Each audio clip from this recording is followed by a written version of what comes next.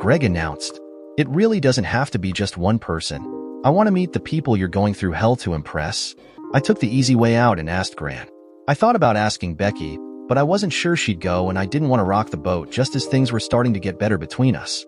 Gran turned me down. Honey, I'm proud of what you've accomplished, but I'm not the person you need to take with you. I can think of 2 others who would be much better choices. Gran, I don't think Becky will go. It came out like a little kid whining to his mother. Well, you won't know until you ask, and I wouldn't wait until the last minute either. I took Gran's advice and called Becky on Thursday. Steve, I don't know about this. Wouldn't you rather take your grandmother or parents?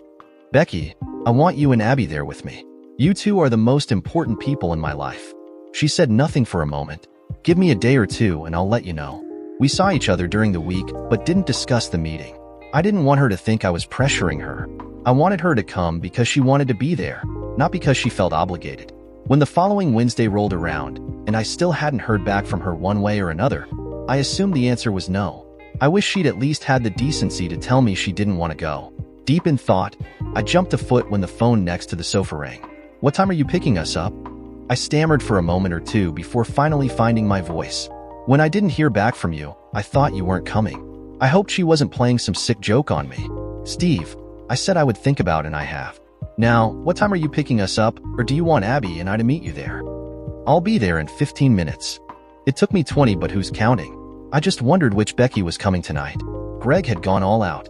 There were meat and cheese trays, and cut up fruit and vegetables. He had 2 huge pots of coffee brewing and an assortment of diet sodas. When he saw me walk through the door with my 2 girls, he came over. So, this is the woman who's been keeping Steve on the straight and narrow. I'm happy to finally meet you, Becky, and this must be Abby. He got down on one knee. Your daddy says you're the prettiest girl he knows, and it looks like he wasn't exaggerating. Greg winked at Becky as a huge smile spread across Abby's face. You guys better dig in before the others eat all the good stuff. Maybe later we'll have a chance to talk. Becky leaned over and whispered in my ear. I think I like this guy already. The smile she gave me told me I had made the right choice bringing them tonight.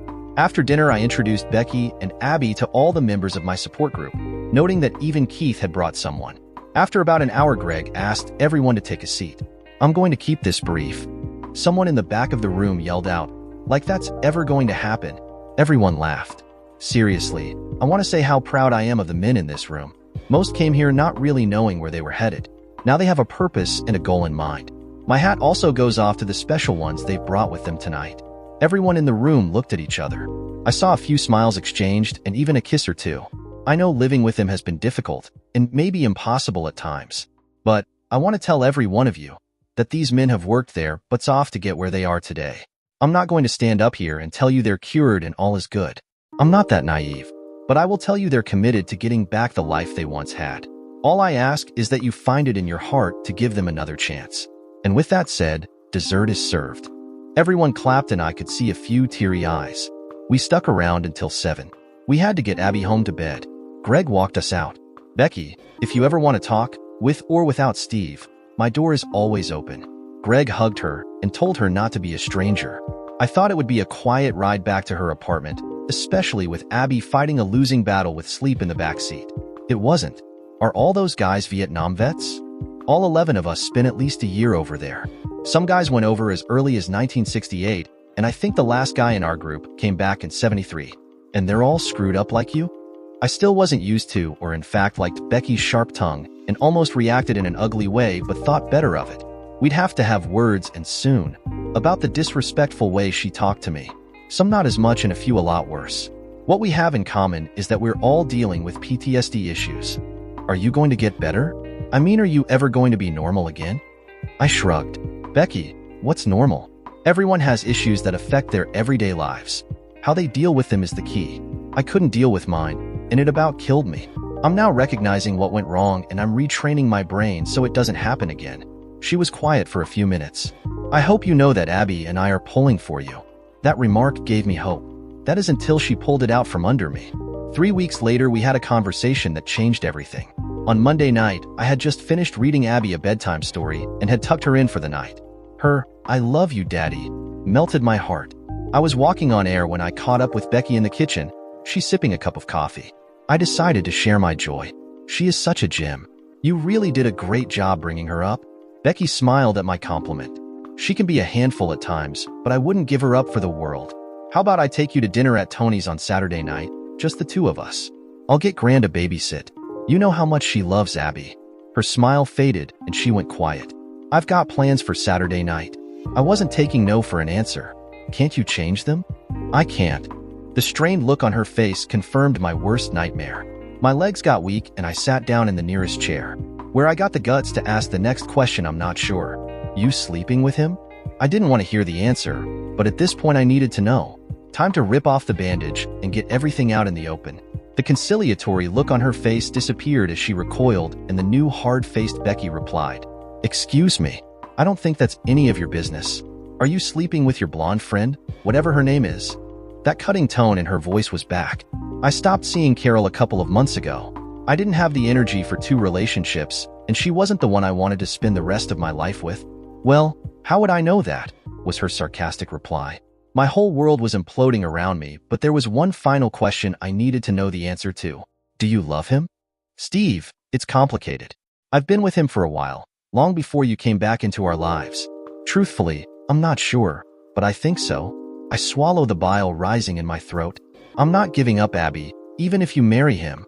Who said anything about me marrying him? Besides, Abby is your daughter. No one is going to take her away from you. The walls seemed to be closing in on me, and I found it difficult to get in a deep breath. I think I should go. Steve, wait. We can go out next week or some other time? I didn't respond. That wasn't going to happen. Not after tonight. Becky was still backpedaling and making excuses as I walked out the apartment door. I kept my mouth shut because I knew if I said anything else it would have been ugly. I'm not sure how I got home. I felt pretty optimistic when I had gotten there tonight. Now there was this empty space inside of me where Becky used to be. I thought, even dreamed about the three of us being a family again. I couldn't really blame Becky. I screwed up and was now paying the price for my past sins. Time to move on and get my head and butt wired together, as they always told us in the military. There were no more Monday or Friday family dinners. When I got off at 3:30, I would pick Abby up at the Sitters and either take her out to dinner or we ate with Gran. I made damn sure to get her home before bedtime. I said my goodnights in the car before I passed her off to a sullen Becky at the front door. The future I'd wanted with Becky was no more. I had screwed up my life once, but no more. I was moving on. I told you, one board at a time. What about that didn't you understand? Gran asked weeks later, when I had gotten home from dropping Abby off. She's in love with Mr. Wonderful and I'm tired of beating my head against the wall, hoping for a second chance. We had a good run. I screwed up, and now I'm taking whatever time I can get with Abby. Case closed. You still love her. Gran, I think I was in love with the notion of us being a happy family again.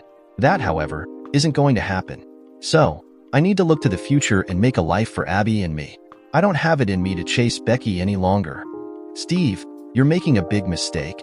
Gran, I've made a ton of them in my life. What's one more? I worked, concentrated on school, and saw Abby whenever I could. I even reconnected with my parents. I apologized for what I had put them through. They forgave me, but I knew we would never have the close relationship we once had. I decided that working only with military vets would never work. Too many memories. I decided I wanted to work with people who had substance abuse issues. I had been there and knew how hard it was to break those bonds of addiction. Greg understood, but also warned me I would still probably be seeing a lot of military vets. Nothing in life was ever clean-cut. I had to move on or at least try. I was still in love with Becky, and probably always would be. I needed to move forward, not backwards. When was the last time you and Becky really talked? Gran asked one night over dinner. A couple of months ago. Why? Abby asked me the other day why the three of you aren't a family any longer. She said her mommy is sad because you don't all eat together anymore. What did you tell her? What could I? I couldn't very well tell a 5-year-old that her mommy and daddy are a couple of stubborn buttheads and don't know when they've got a good thing. I wanted a relationship with her. I really did. But she's screwing Mr. Wonderful. Watch your language and don't cop an attitude with me, young man. You're not too old to spank. We looked at each other and broke out laughing. Okay, maybe you're a little old for that, but watch how you speak in front of a delicate older lady. Gran, I tried, but it looks like a second chance isn't in the cards for us. It's too bad. I think you two have both grown up a lot and would have made it this time around. My parents still went to church with Becky and Abby every Sunday. I was chastised on more than one occasion for not attending Mass. I sloughed it off. At 27, I was too old to be shamed into going. I was managing as best I could, and then the other shoe dropped. In September, as the temperature outside started to fall, Gran got sick. "Quit fussing over me, will you? It's just a cold," Gran said, pulling her thick terry cloth robe tighter. Like always, I ignored her tirades. I brought a humidifier and an electric heater to make her bedroom warmer. Her house was old and drafty, and the ductwork to her upstairs bedroom must have had a million holes in it. "It's not just a cold. You've got bronchitis, and unless we get it under control, you'll be spending the next week in the hospital. You want that?" She shot me an ugly look. Since my grandfather passed away, Gran was used to having her way. Not this time, even though she said she was fine. I saw the concern in her eyes when she hacked up a mouthful of phlegm and struggled to catch her breath. When I checked in on her Wednesday morning, I found her sleeping, sitting up, in the recliner in her bedroom. I wanted to wake her and move her back to bed, but thought better of it. Let her sleep, I thought, quietly backing out of her room. I went to work Thursday and Friday, but spent the weekend taking care of her. Once again, she let me know she wasn't happy about it, until I bought her a quart of egg drop soup and chicken from the Chinese market down the street. But that only lasted for a night. Then her ornery nature surfaced again. "I'm not a cripple. I can take care of myself." She couldn't, and her condition grew worse. The following Tuesday, I found Gran in that damn recliner again when I went in to check on her. When I couldn't wake her, I called 911. It took the ambulance and paramedics almost 15 minutes to arrive. They gave her oxygen and a shot of adrenaline to bring her around. Then they loaded Gran on a stretcher and took her downstairs. I almost lost it when she looked up at me with those scared eyes. We were taken by ambulance to Minneapolis General Hospital. "Don't worry, Gran. I'll be with you every step of the way." I called my parents' house before we left and told them what was happening. "I'm riding with Gran in the ambulance to the hospital. I'll see you when you get there." My whole family caught up with me in the emergency waiting room. After we'd sat for 3 hours, the doctor came out to see us. "How's my mother doing?" Mom asked through tear-stained eyes, latching onto the doctor's arm. "We gave her a nebulizer treatment to open up her bronchial tubes so she could breathe easier, but she has fluid in her lungs. Unless she improves, we'll have to put her back on oxygen." My father stepped behind her as Mom's legs buckled. "We'll know more after we do a few tests. Your mother wasn't happy when I told her she would be in here for at least a couple of days while we monitored her condition. Can we see her?" I asked. "Maybe later after her tests and she gets some rest. She isn't exactly ecstatic she's in here and has already told the nurses what she wants for dinner tonight, which I'm afraid isn't going to happen. If you come back at about 7 o'clock tonight, everything will have settled down, or at least I hope so." "That's Gran. If her condition changes, I'll let you know. Make sure the front desk has your contact information." I felt relieved. And here, Gran would get the care she needed to get better. 2 days later, Mom called me at work. "Steve, please come to the hospital. And hurry." I made it there 20 minutes before Gran died. We watched in silence as her breathing became shallower and finally stopped. I think a piece of me died in her room that day. I know another empty spot in my heart opened up. "I'm sorry, but we did everything we could do," the doctor told my distraught mother. "She's in a better place," my mom said, holding on to my dad for support. "How can you say that?" I startled them with the sharpness in my voice. Gran loved life and wasn't ready to give up on it yet. My mother reached for my hand. "Honey, all I'm saying is that she's not suffering anymore. That's all I meant." I left. My mind was a jumbled mess of thoughts and memories, and I didn't want to be around anyone. I went back to Gran's and paced the floor of her small house before ending up in her bedroom. Like always, it was neat as a pin. The only thing out of place was the pillow and blanket still on the floor next to her recliner. I would miss her. I thought about going out and tying one on, and then remembered her. That was the last thing in the world Gran would have wanted me to do. She'd save me when everyone else had given up. I laid down on her bed, closed my eyes, and poured out my soul to her until I fell asleep. In the morning, I started a new chapter in my life, one without her. The funeral was much larger than I expected. In addition to our family, there were at least 30 of her friends, some I hadn't seen since I was a small child. A lot of memories and tears were exchanged in the back of the church before the service started. At the cemetery, our family and friends paid their final respects. We watched as her casket was lowered into the ground 100 feet from where John had been laid to rest. When the graveside service was over and people started to disperse, Becky and Abby came up behind me. Becky touched my arm. "Sorry about your grandmother. I know how much she meant to you." "I'm sorry too, Daddy," Abby said, arms outstretched, wanting to be picked up. I lifted her up and pressed her tight to my chest, my tears wetting her cheek. It was comforting to feel something warm and alive. "Daddy, you're hurting me," Abby squealed. "Abby, Daddy would never hurt you. He loves you more than anything." I set her back on the ground. "Your grandmother was a wonderful lady," Becky said, moving in closer and resting her hand on my back. "Abby and I will miss her." I looked back at the hole in the ground. Why is it that everyone I care about dies? If I didn't know better, I would think that I was some kind of jinx. I would never forgive myself if something happened to either one of you. Don't worry about us. We have a strong Marine looking out for our well-being. Isn't that right, Abby?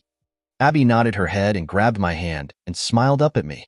"Would you like to come over for dinner tomorrow? I'll make you a home-cooked meal, and then maybe later we can talk. 6 o'clock work for you?" My thoughts returned to Gran. My throat closed up. I could only nod. "Good, we'll see you then." After a kiss on my cheek, she and Abby headed back towards the parking lot. I watched them walk away. I recalled another day, years earlier, when Becky had left after saying her goodbyes to me in the airport. That was the day John and I left for Vietnam. I hoped for a better outcome this time around. The following day, Mom asked if I would stop over. She had something to tell me and wanted to do it in person. "I'm having dinner with Becky and Abby at 6 o'clock. I'll stop over before. Say 5 o'clock? That'll be fine, dear." We'd had a strained relationship of late, and by the serious tone in her voice, I could tell something was up. This wasn't going to be a "how are you" type of conversation. What did I do this time? I entered my parents' kitchen shortly before 5 o'clock. They were sitting at the table, beers, and a stack of papers in front of them. "Grab a soda out of the refrigerator if you want and have a seat," my dad said, motioning to the chair opposite them. I passed on the beverage and sat down. "I'm not going to draw this out," he said, sliding a thick packet of paper across the table. "Gran left you her house. It's paid for and is already in your name." Stunned, I leaned back in my chair. Gran never said anything to me about it. When did she do all this? About 3 months ago. She went through a new lawyer and never said a word to anyone. We found out yesterday when he dropped off her new will and this paperwork. You own the house and everything in it. I couldn't believe what I was hearing. "Mom." She held up her hand to stop me. "Honey, it was your Gran's house to do with as she saw fit. The only thing I ask is that there are a few mementos I would like to have. If you want, I'll pay you for them, but I would like to have them. They're all I have left of her. Mom, take whatever you want." I took my house key off and handed it to her. "I'm sorry, I don't know quite what to say. We don't need or want the house. It's way too small. It'll be a good starter home for you, and whomever you settle down with." I saw the look in her eye and knew the meaning of what she was implying. "Mom, Dad, I've got to get going. Is there anything I need to do? You know, with the house paperwork?" "No, and if there is, I'll take care of it. Just go and have a nice dinner with your family," Mom said with a kiss and a hug. I only wish they still were. I walked out to my car and paused with my hand on the door handle. I looked up at the heavens and said a thank you to my grandmother. It was quite a beginning to my evening. As usual, Abby met me at the front door with a big kiss and hug. "Mommy and I made dinner for you," she said proudly.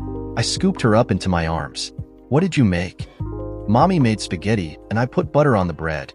"I sure do like bread," I said, giving her a kiss and a tickle. It had been a rough couple of days, and Abby's high-pitched laughter gave my spirits a much-needed lift. Becky stood in the doorway to the kitchen. Our eyes met. Her eyes were softer than the last time I had eaten dinner here. A good sign? Only time would tell. "Dinner's about ready. Why don't the two of you wash up while I set the table?" The food was good, but the company better. I recalled the sometime meager dinners Becky and I had when we first got married. Back then it wasn't about the food, more so the two of us being happy together. I wished I could go back and change what I screwed up, but since that was impossible, all I could do was move on and do my best every day and show everyone the new me. After dessert and a short Disney cartoon, we put Abby to bed. "I love you, Daddy," she said with a yawn, curling up with her stuffed giraffe. I kissed the top of her head. "I love you too." We quietly snuck out her door. "Coffee?" Becky asked. "Would love some?" In the kitchen, Becky flipped the switch on the coffee maker, and a minute later I heard it start to perk. We said nothing. Sometimes the silence says a lot. "I'm not dating him anymore," she blurted out.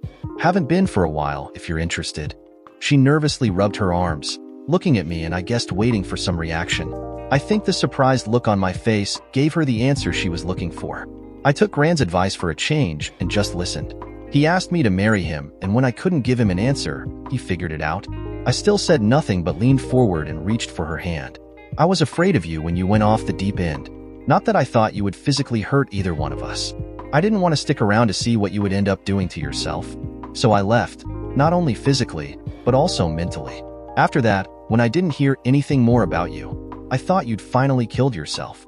That's when Abby and I went on with our lives. Well, you were right to cut me loose. Truthfully, I should be dead. I guess someone up there was looking out for me. Up there? Your grandmother saved your sorry butt.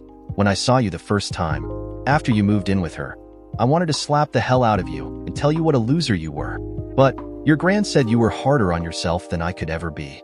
She reached out, took my hand, and pulled me over to the kitchen table where we sat down next to each other. Did you know she called and gave me updates on how you were doing? She said you were going to make it. She was sure of it. Why didn't you? Why didn't I come running back? You were still an unknown commodity, and I had Abby to consider. If you made it, great, but if you didn't, I couldn't put Abby or myself through that again. So we waited. Besides, I still had a lot of anger in me to work through. So, you hedged your bets with someone else? Yes and no. Down deep I still cared for you. Or at least the man you'd once been. But I wasn't about to jump in again with my eyes closed. Not this time. I'm not the starry-eyed, 20-year-old naive girl you married back then. Then she got a serious look on her face. Steve, I knew you were different when you came back from Vietnam. I thought I could make you forget what happened over there. And for a while, I thought I was making strides, especially when Abby was born. Boy, was I wrong. She stood up and started to pace back and forth in the kitchen. She seemed more agitated than angry, appearing to be looking for just the right words. Mom said that when Dad came home from Korea, he also was different. He wasn't as fun-loving and was a lot more serious, she told me. One night, Dad told Mom that he would never leave her again, and that she was the most important thing in his life. That's what I was waiting for from you. She went quiet and sat back down in her chair. I've changed. Don't you think I know that? If you hadn't, we wouldn't be having this conversation. When you first started coming around, I wanted nothing to do with you. All I wanted to do is hurt you like you hurt me. When I said all those ugly things to you, and you just took them without saying anything back, it felt like I was kicking a new puppy. I didn't want you. I wanted the new life I had made for Abby and me. I was happy. I had a new man who loved me. But somehow you wormed your way back in. I gave her a confused look. Steve, I thought that after I told you about Jerry, you'd just pack up and just leave, but you didn't. Even though we were estranged, I saw how much you loved Abby, and frankly, I was jealous. I thought about the early years and missed the old Steve. When Abby asked why we weren't a family anymore, it about broke my heart. I probably should have my head examined, yet for some reason I want you back full-time and Abby in my life. Just don't change back to what you were back then. I couldn't take it again. Becky, we've both changed. I'm not sure we'll like the people we've become. You don't want to try again? I didn't say that. All I'm saying is that we need to take it one step at a time. And this time around, if we have any issues or problems, we don't let them fester. We openly discuss them when they come up. She was quiet for a minute. We'd be exclusive? No dating anyone else?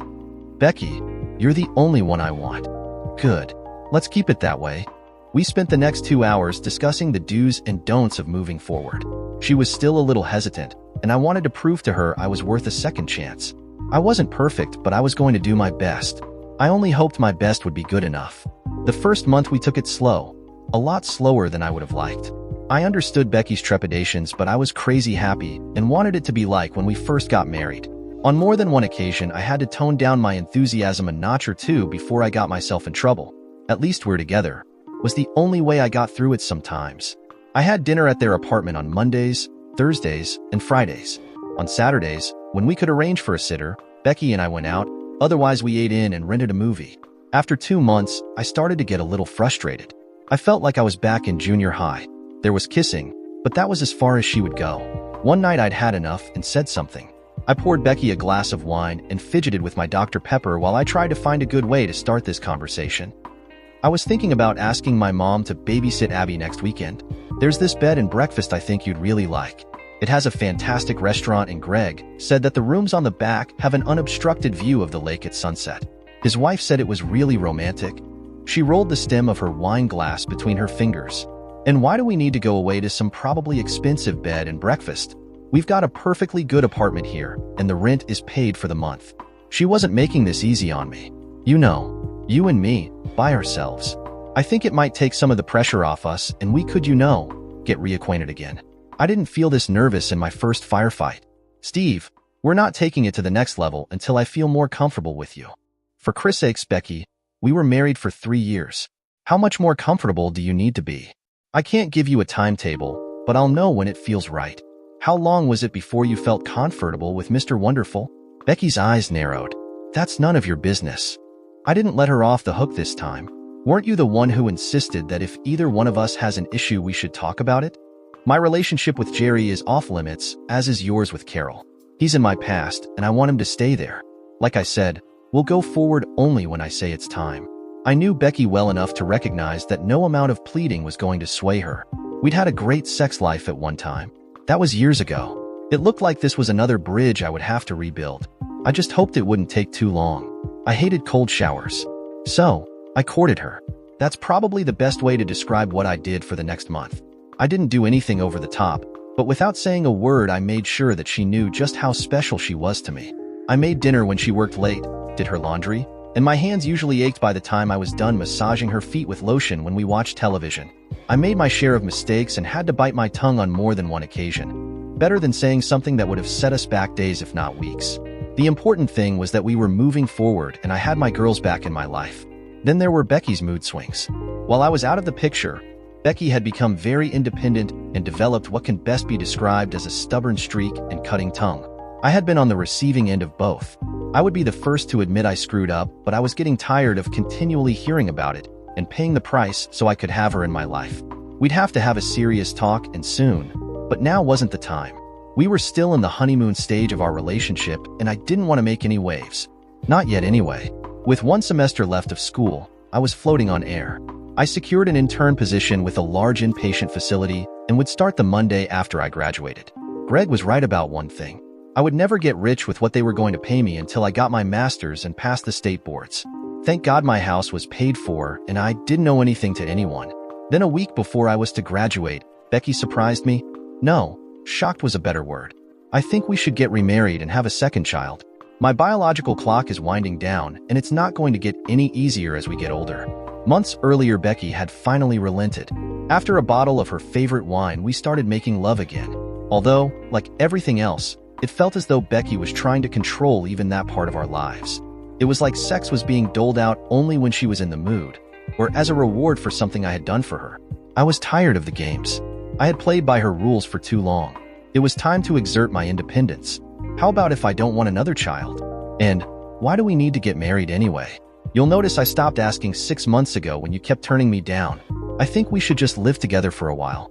I would hate like hell to be a 2-time loser if it doesn't work out for some reason. Becky's eyes got big and she stammered, but we always talked about having 2, and if we were to have another one, I think it would look better if we were married. Becky, I want to enjoy my post-school free time for a while. And since I'll be starting a new job and we'll be on probation for 90 days, I don't need any additional stress in my life. I saw the look on her face. She wasn't happy, but this time didn't shoot me an ugly reply, like she had in the past. But honey. Now it was Steve honey, and I think I even heard the word please somewhere in our conversation. Look, I think you and Abby should move in with me. This way we'll save money on rent, gas, and food. And I suppose you'll expect me to share a bedroom with you? Her tone hardened. Of course. There's only one real bedroom upstairs, but I broke down 2 walls and made another small one. This way Abby will have her own bedroom next to ours. Don't you think that we'll be sending the wrong message to Abby? 2 unmarried people sharing the same bedroom? What's the difference for me staying over on weekends and her seeing me walk out of your bedroom for breakfast? She didn't have a comeback. Look, we don't have to make any decisions today. All I'm saying is think about it, and we can talk later. We called it a night and went to sleep together in her bedroom. The following morning, when Becky thought I was still asleep, I heard her talking on the kitchen phone. All right, I know I was pushing my luck. I just figured he'd do anything I asked to keep Abby and I happy. Now, he doesn't even want to marry me. He wants to just live together. My parents will never go for that, even though they'll have no say in whatever we end up doing. I stopped 4 steps from the kitchen and listened. Jerry was a great guy, and he loved Abby, but I heard the pause and figured the person on the other end was saying something. That's when I heard something I wish I hadn't. No, it's not that. Jerry was good in bed, maybe better than Steve. But I've got a history with Steve, and even though I don't fully trust him yet, I think he's the one I want to be with. I would have given anything to know who she was talking to. Of course I love him, that goes without saying, but Over the last couple of years, I found I kind of like being in charge, and I don't want to give up that control. I made some noise walking down the hallway and I heard Becky end her phone call. Who were you talking to? Just a girlfriend from work. Were you discussing us? No, we weren't talking about you. And they say women are vain. Women do talk about other things besides the men they're with. If you must know, we were talking about her ex, or should I say soon-to-be ex. They're separated and going through an ugly divorce. Sorry to hear it. Been there, done that, and didn't even get the t-shirt. I tried to add a little levity. It didn't work. She's having a hard time of it. Her husband left her with a little one and refuses to pay child support. She had him served with divorce papers, but it all takes time. Time she and her child don't have. Sounds like two other people I know. Luckily, we worked out our differences and got back together. Becky said nothing, but I could see the gears turning behind those serious eyes. Becky and Abby moved in with me the following weekend. 30 days after I started my job, I got my first review. It didn't go well. They felt I wasn't giving 100%. Steve, are you purposely holding back for some reason? I paused for a minute before answering. I'm really trying hard not to make a mistake, that's all. You're still learning and are going to make mistakes. That's why we have you working under Robert. I just don't want to screw up anyone's life. I thought about my experiences with the doctors at the VA. Look, you can guide, advise, and counsel, but it's up to the patient to follow through if they want to get better. I see from your file you went through a lot of what your patients are going through. You of all people know the failure rate in people with addictions. All we can do is our best and save as many people as we can. I was working at a private inpatient drug and alcohol treatment facility. It was a lockdown facility, but the patients weren't forced to participate. Someone was paying an awful lot of money for them to be there. My 60 and 90-day reviews went much better. I had become more confident, and it showed in how the patients reacted to what I was trying to accomplish.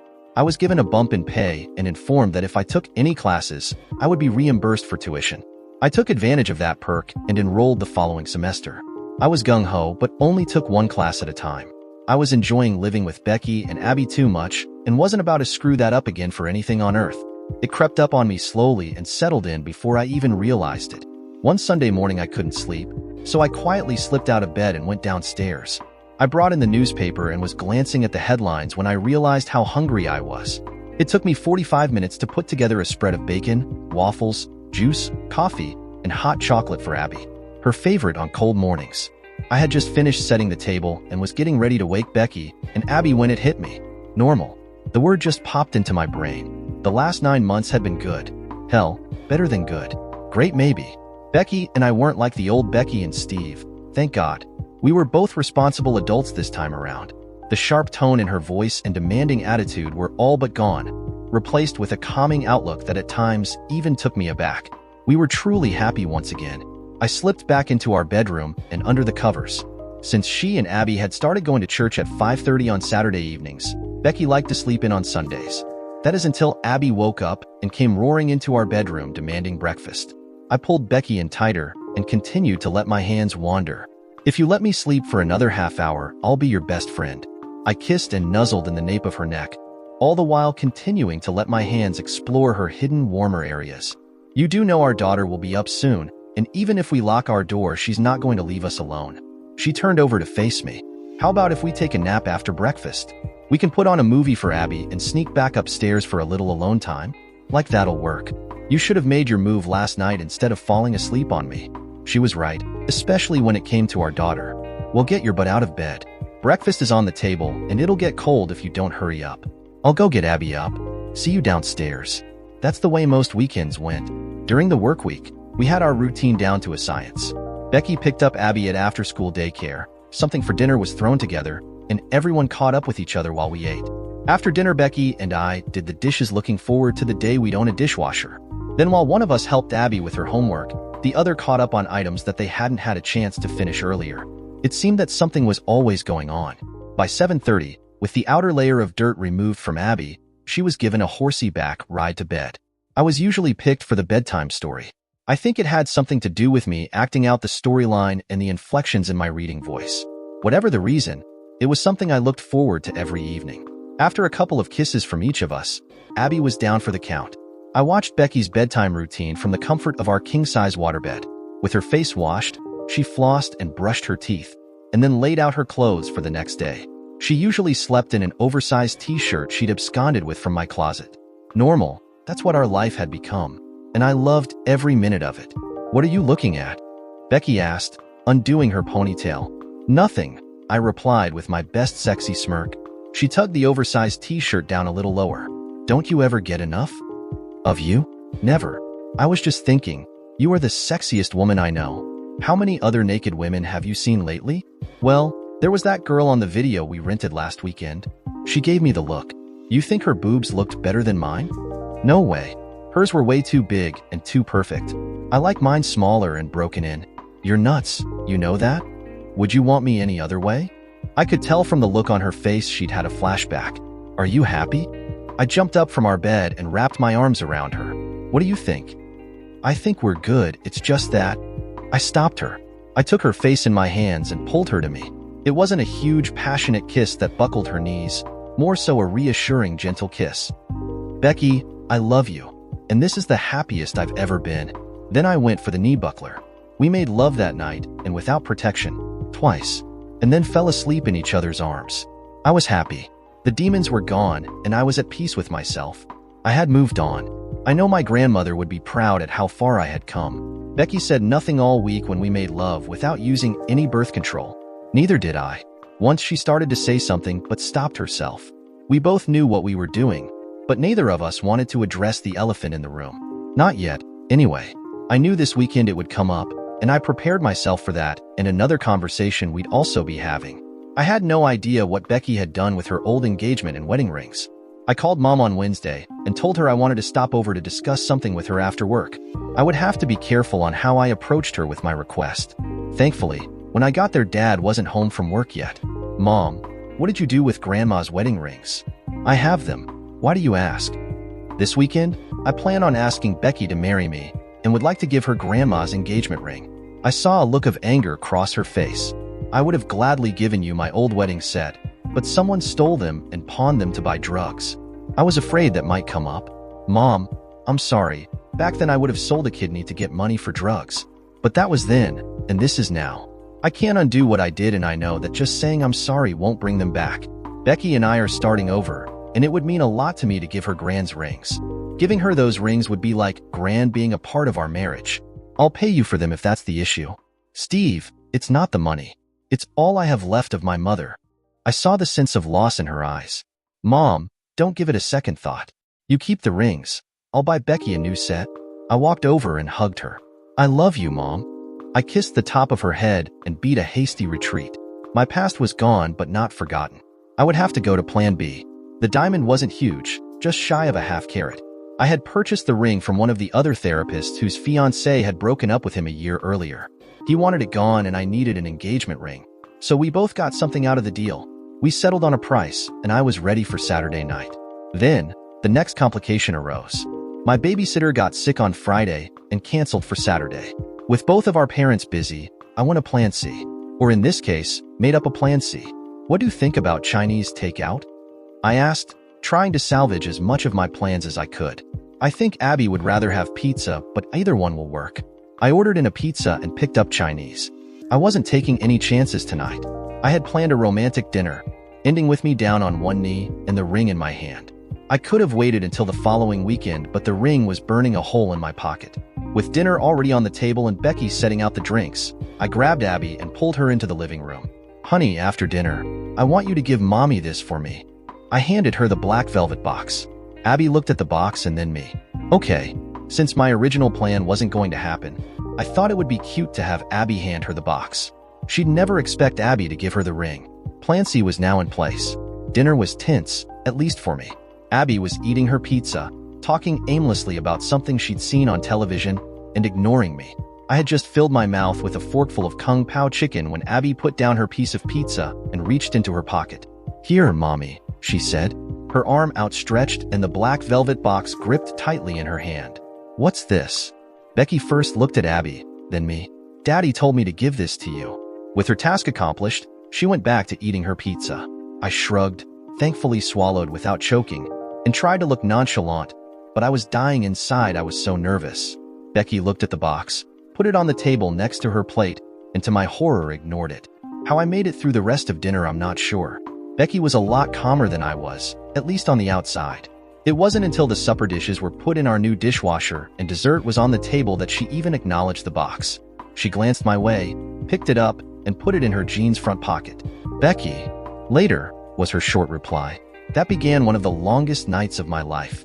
Our eyes would meet, and all Becky would do was mouth later. Later? How much later? I was going nuts. I couldn't wait for Abby to go to bed. I even picked the shortest book I could find for her nighttime story. After a quick kiss, I went looking for Becky. I found her in our bedroom, naked, sitting on the bed, the ring on a piece of string dangling from around her neck. I leaned against the doorframe. "I see you opened the box." I tried to be cool about it.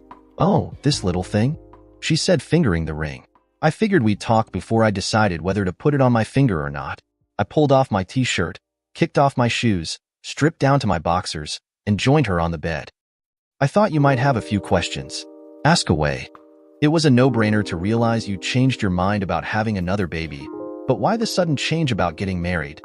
You were right about not wanting to change diapers when we're 40, but getting married? To coin a phrase, it just feels right. I was kidding myself back then when I thought I was ready for marriage. I didn't have a clue what it entailed. I do now, and want to take another shot at it. Another shot at it? Be still, my heart. If you were any more romantic, I would be falling all over myself to jump your bones. You have to know that I love you. Hell, I must, to have jumped through all the hoops you put in front of me. What I want is the life we could have had back then. I want to fall asleep next to you and see you every morning when I open my eyes. I think the four of us will be crazy happy together. At this point, I shut up and waited for what I hoped was good news. "I want to get married in a church this time." "No notary," Becky said excitedly. "Agreed. And I want to wear a white wedding dress and have a formal reception with music. I want to party and dance into the night. Anything else? I just want you to never stop loving me. That's all." Her soft eyes were fixed on mine. "That's one thing you'll never have to worry about." I took the ring from around her neck and placed it in her hand. "Are you ready to put that ring on your finger and call our parents?" She slipped the ring on her finger and stared at it. "We'll call them tomorrow. Right now I want to make love to the man I fell for when I was 18 and want to spend the rest of my life with." I got up and turned off the lights. We'd come full circle. After the 5 required premarital classes, we were wed in St. Charles Church on April 2nd. This time around, we invited not only our family, but also all our friends. Greg graciously consented to be my best man. I made it a point to have John's mother and father assigned to the bridal table. Since my best friend couldn't physically be with us, at least I would have his parents there to bless our union. I got an unexpected surprise when my mother came up to me before the service. "Here," she said, placing my grandmother's gold wedding band in my hand. "My mother would have wanted you to have it." I started to say thank you, but she stopped me. "Mom gave me back my son. I never was able to thank her properly before she died." She reached up and put her hand on my cheek. "You two have come a long way. The only advice I can give you is that no matter what happens in the future, always love and trust one another. You both deserve this second chance at happiness." The 3 of us stood up at the altar in front of God and everyone else. We each held one of Abby's hands and said the vows that made us one again. Abby had been an important part of us getting back together, so it was only fitting she be part of the ceremony. At the end, she even added a little chuckle to the service. After we'd said our "I do's," Abby spoke up and said loudly, "I do too," smiling up at both of us. We were officially a family again. With 55 people in attendance, the reception was one huge party. Becky got a little tipsy and, like she'd wanted to, danced until the last slow song of the night. After being together for the last year, this time we didn't need to get reacquainted on our honeymoon. We spent 4 days in Las Vegas going to shows, sampling the massive hotel buffets, and watching people throw their money away. Like everyone else, we made our own donation the night before we left. A month after our wedding, I came home to an excited wife. "Well, you wanted another one, and in 8 months you're going to get your wish. I just hope this baby is as easy as Abby was." Robert John was born 2 weeks early. Unlike Abby, he didn't sleep through the night until the 2nd month. During those first 2 months, we questioned our sanity for having another one, but in the end, we never regretted it. 6 months later, we sold Grand's small house and moved into a larger one. Life wasn't always easy, and at times it got downright ugly, like when I took a second job so we could upgrade our new old house. "Steve, I never see you anymore, and Abby wants to know when her daddy is going to start reading her bedtime stories again. In 6 months, I'll have enough money to upgrade the wiring and put new floors down in the kitchen and living room. In 6 months, you may be living alone again if you don't watch it." My second job only lasted 4 months. We could live with the carpet in the living room a bit longer. I wouldn't live without my wife and kids this time around. I still took a class every semester. It took me 2 more years, but I finally got my master's and passed the state boards. A year later, I put out my own shingle. I was a state-certified mental health therapist. The first time I helped a couple with their marital problems, Becky greeted me with a smirk on her face after they left. "What?" I asked, questioning the look on her face. Becky walked up and kissed me. Who better to tell a couple their marriage is in the toilet than someone who's already gone through it? Then added, "But if we can make it, anyone can." Our marriage was far from storybook perfect. Over the next 10 years, occasionally, like all couples, we had our problems. Hell, some of the arguments brought back memories of times gone by. This time, however, we talked and solved them like the 2 adults we'd become. Kids grow up, but sometimes you wonder how. When Abby snuck out one night and took our car to meet her new boyfriend, she thought we'd never know. When she and her boyfriend were picked up doing it in the back seat at Lovers Lookout, I let Becky handle it. I couldn't stop laughing, thinking about all the times I had almost got caught with a girl in my room by my mother when she got up in the middle of the night for something. I thought Robert was the perfect one until I got a phone bill for over $400. It seems my son found a friend halfway around the world and was conversing with her every night on my dime. If these were the worst things our children did, I considered myself lucky. We had good kids. They did grow up, and one by one went to college. That wasn't an option. Thank God they both attended local universities and lived at home, or we'd still be paying for their education into our 70s. Abby became an emergency room nurse, and Robert ended up doing something with computers. He's explained what he does to me on numerous occasions, and maybe one day I'll understand it. As long as he's happy, it really doesn't matter. Like all children, they finally moved out and we became empty nesters. Becky took it hard for all of a month. Then one Sunday morning I came down to breakfast to a nude wife. She was sitting at the center island without a stitch on. I love the new look, but I'm a little surprised. It finally dawned on me this morning that I don't have anyone left here to offend. I glared at her. You know what I mean. If we want to make love, I don't have to put a pillow over my face anymore to muffle my screams of joy. Now I can scream to my heart's content.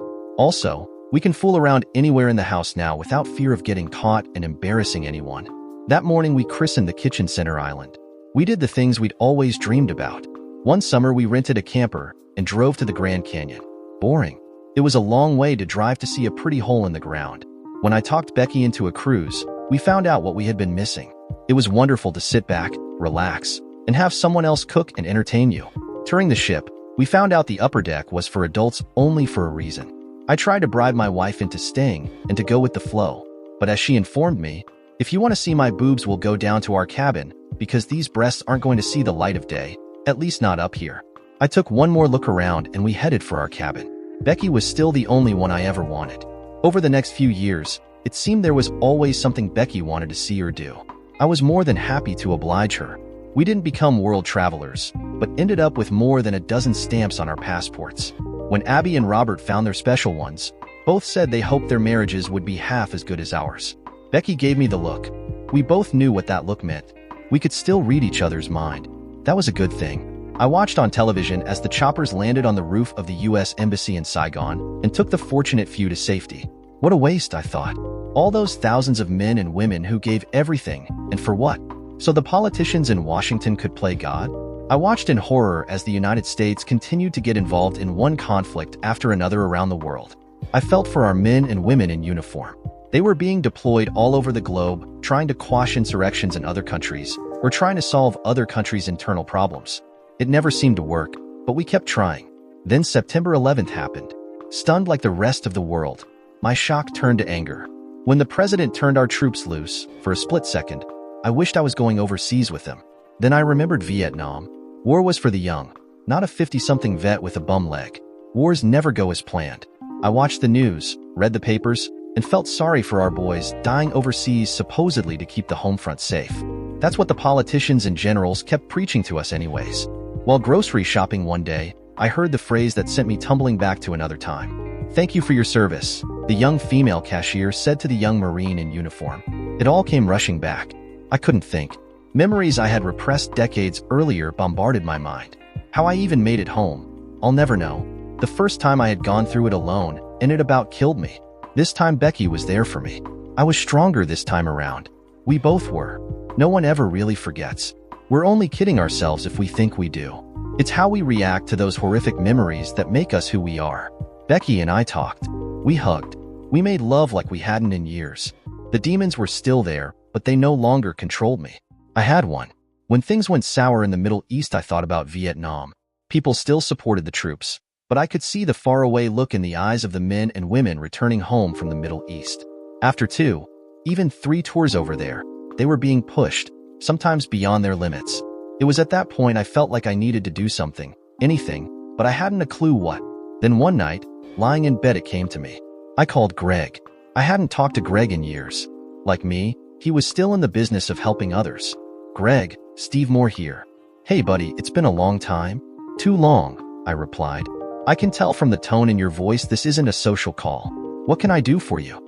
You still see any of the old support group? A few now and then around town. Why are you asking? I want to get the old group back together for one last mission. Steve, I don't understand. What mission? What are you talking about? I told him my plan.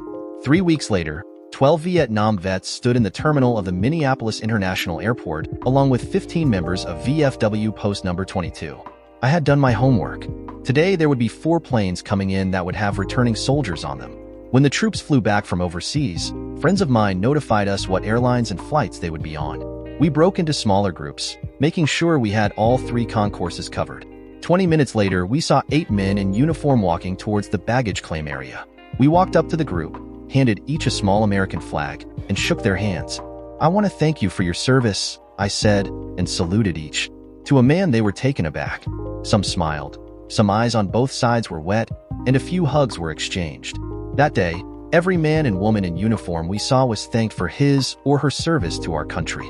We began to meet every flight of returning warriors. Word of what we were doing spread. Other VFW posts and military groups joined in the effort. About 3 weeks after I started the campaign, Becky came with me to the airport. She watched from a distance, holding our inventory of American flags. When I ran out of flags, I went over to grab a few from her. The kiss I received reminded me of the picture taken in Times Square at the end of World War II, only in reverse. Have I ever told you how much I love you? Yes, but I never get tired of hearing it. I got another kiss. Stephen Moore, you can be a royal pain in the butt sometimes, but you're a good man. Never forget that. I never did. And my fellow vets and I never let another serviceman think he wasn't appreciated when he returned home from war. The demons weren't gone, but I had finally put them to rest. I had one. Dear listeners, please share your thoughts in the comments section below and don't forget to like, share, and subscribe.